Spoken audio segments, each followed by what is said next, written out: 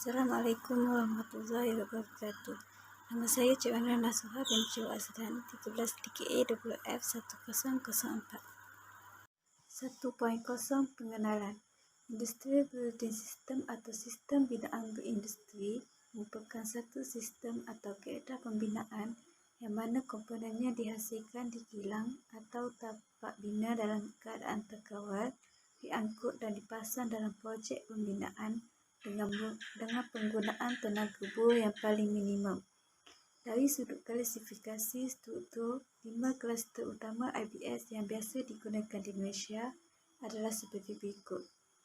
Yang pertama, sistem kerangka panel dan kekotak konkrit peraturan, sistem kerangka keluli, sistem kerangka kayu perasiap, sistem acuan keluli, sistem blok peraturan. Dengan kaedah IBS, ia didapati dapat meningkat kualiti, produktiviti, keberkesanan dari segi kos, keselamatan, ketetapan tarikh siap kerja dan kepuasan pelanggan yang tinggi berbanding kaedah pembinaan sedia ada atau konvensional. Selain itu, masa pembinaan adalah lebih pendek dapat juga menyumbang kepada perulangan ke atas pelaburan, di mana pihak kerajaan dapat menjimatkan pembelanjaan berbilion ringgit melalui penggantungan kepada tenaga buruh asing serta pengaliran duit ke negara asal buruh. Bangunan ekor. Bangunan ini bukan setakat cekap guna tenaga tetapi juga perlu menggunakan bahan dan teknologi mesra alam.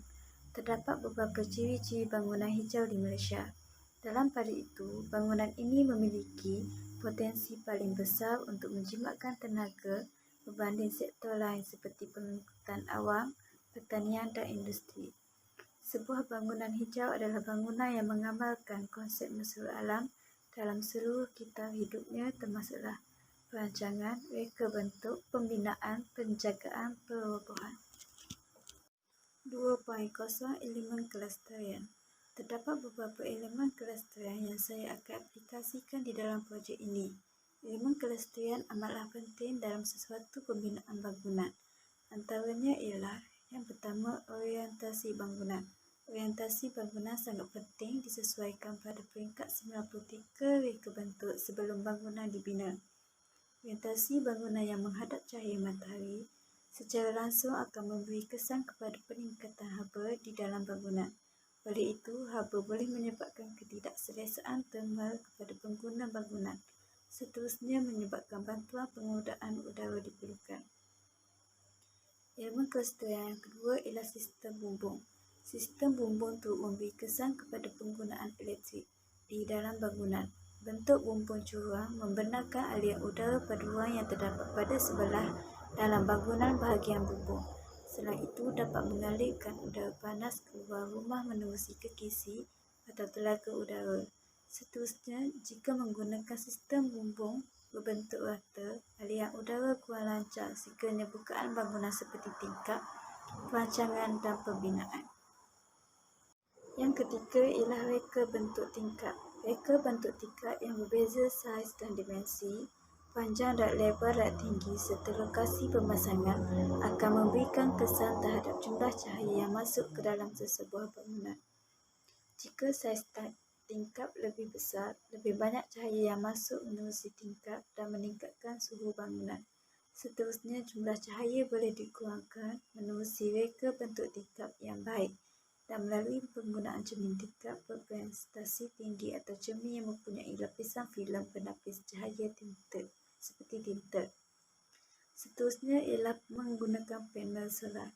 Panel solar ialah penyimpanan tenaga dan membekalkan tenaga elektrik kepada penyimpanan tenaga pengguna, terutamanya jika berlaku gangguan bekalan elektrik. Tiub solar direka bentuk untuk diletakkan di atas bumbung. Tiub-tiub solar berfungsi untuk mengumpul dan memantulkan cahaya matahari menerusi struktur tiub yang bersambung ke bahagian silim dalam bangunan. Seterusnya, tiub solar akan menyalurkan cahaya pantulan tersebut untuk menerangi ruang dalam bangunan, terutamanya di waktu siang sahaja. 3.0 ialah konsep kerja. Dalam proses melaksanakan projek ini, saya telah menggunakan konsep rumah hijau. Bangunan hijau ialah bangunan yang menggunakan bahan dan teknologi mesra alam. Aktiviti dalam konsep rumah hijau ini menggambarkan konsep perancangan, pembinaan dan reka bentuknya.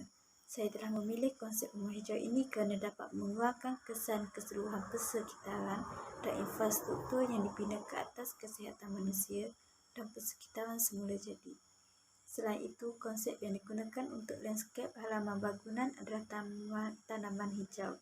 Contohnya adalah menanam bunga-bunga di halaman bangunan tersebut. Kesan daripada menanam tumbuhan tersebut adalah penghuni dapat ketenangan dan nyaman. Seterusnya, dalam konsep ini juga saya menggunakan lampu LED. Lampu LED dapat mengurangkan penggunaan elektrik. Lampu LED juga boleh memancarkan lebih banyak cahaya. Akhir sekali, di setiap bilik, ruang tamu dan dapur, saya akan menyediakan tong sampah bagi memudahkan penghuni membuang sisa-sisa dan sebagainya. Di halaman rumah pula, saya menyediakan tong yang berbeza untuk jenis sampah kaca, plastik, kertas dan sebagainya. Seterusnya ialah skop kerja. Skop kerja ialah kerja-kerja ini dilaksanakan terhadap sebuah bangunan, homestay dan rumah kediaman. Bagi pengumpulan data-data ini, saya telah mengkaji selidik beberapa orang kontraktor dalam memproses bangunan yang telah siap dibina. Di samping itu, kontraktor telah menerangkan bahan-bahan yang digunakan untuk menyiapkan sebuah bangunan tersebut. Seterusnya, daripada data ini, saya dapat menganalisa beberapa lama untuk menyiapkan bangunan ini dan beberapa lama untuk bahan tiba di tapak pembinaan ini. Daripada skop kajian ini, bahan untuk tiba di tapak pembinaan ini adalah lama dan menyebabkan pembinaan yang dijalankan menghadapi kelewatan.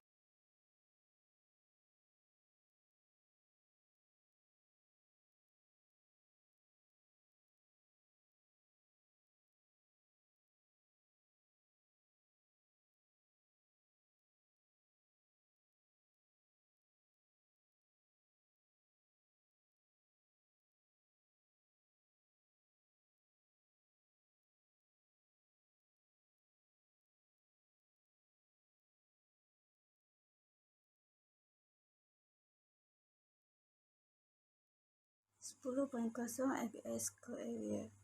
Untuk cari ABS Core Area bangunan A, rumah kediaman. Construction Area QST Building A 300.0 m².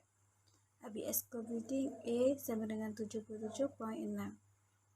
Yang kedua, bangunan B homestay.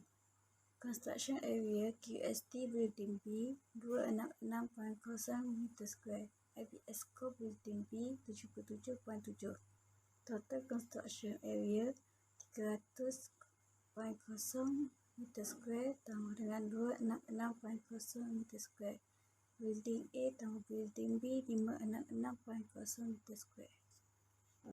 Kesimpulan daripada projek saya ini ialah dapat memahami lebih dalam tentang informasi kesan rumah hijau dari pelbagai aspek. Selain itu, dapat mengetahui tentang sistem IBS. Saya juga dapat mengetahui tentang kaedah membuat struktur binaan dan juga dapat mengetahui kos serta rumah pembinaan dengan lebih tepat. Pengiraan IBS Score bagi rumah kediaman dan homestay adalah lebih daripada 70. Dengan IBS Score lebih daripada 70 bermakna kedua-dua projek berjaya memenuhi IBS Score. Sekian, terima kasih.